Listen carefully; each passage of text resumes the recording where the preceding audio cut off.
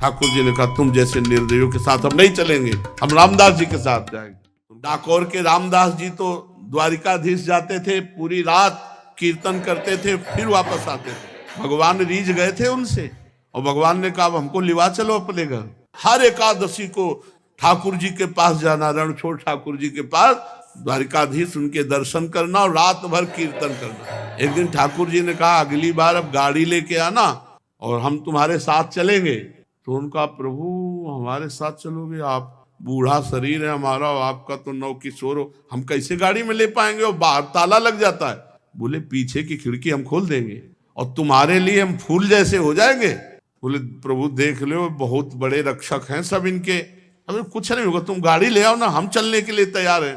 अब वो गाड़ी ले आए, सब भगत देख रहे थे कि पैदल नंगे पैर आते थे, इस बार गाड़ी पे आए तो सोचा शायद बूढ़े हैं इसलिए बैलगाड़ी से आ गए होंगे। अब भगवान पूरी प्लानिंग बता दिए थे, तो मंदिर के पीछे गए, खिड़की खोल के ठाकुर जी पूरा श्रृंगार सब पहने।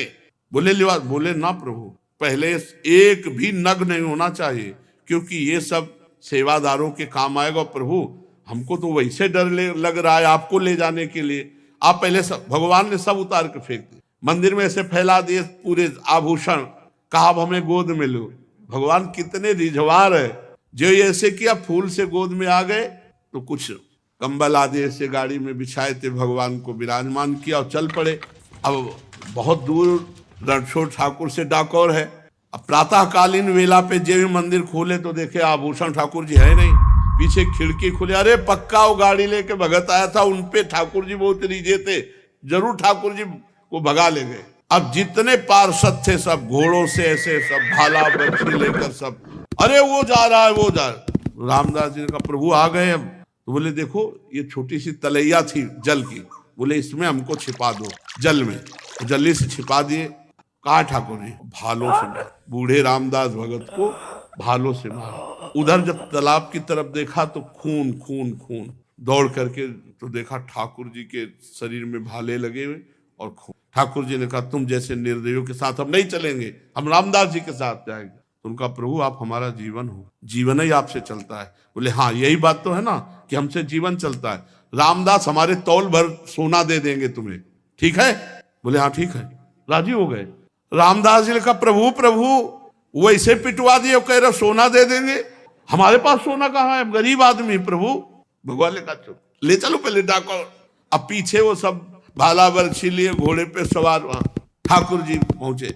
बोले तराजू लाओ, एक तरफ ठाकुर जी को विराजमान करो, ए रामदास चढ़ाओ सोना।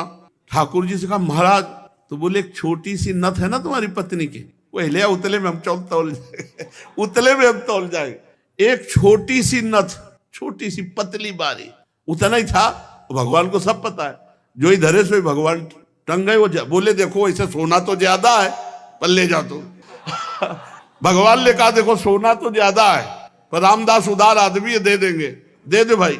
अरे बोले प्रभु, तो भगवान ने कहा देखो हम जाने वाले तो नहीं, अपना स्वरूप दूसरा प्रकट किया। बोले इसे ले जाओ। आज भी जो भगवान रामदास जी के यहाँ विराजमान है वो ठाकुर, आज भी पट्टी बंधती है ठाकुर जी की, आज भी पट्टी बंधती है। भगत के ऊपर प्रहार किया तो आज भी भगवान के घाव और पट्टी बंधती है।